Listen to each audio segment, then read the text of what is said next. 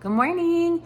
Have you ever heard that breakfast is bad, or breakfast is good, or breakfast is the most important meal of the day, or breakfast causes insulin spikes, so you should be fasting until noon? From a scientific perspective, breakfast is actually breaking the fast, meaning most of the time humans have fasted between 5 p.m. and 5 a.m., or like sunset to sunrise.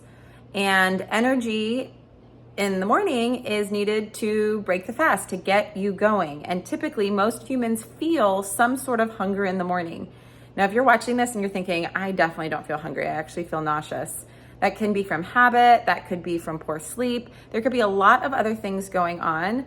In theory, upon rising, within the first 60 to 90 minutes, there should be some sense of hunger. And if there's not, it's kind of looking at your metabolism and looking at what's been going on, looking at ingestion of foods or drugs, drugs being stimulants like caffeine, and what is going on where you can get back to a sense of hunger and fullness. Hope this helps.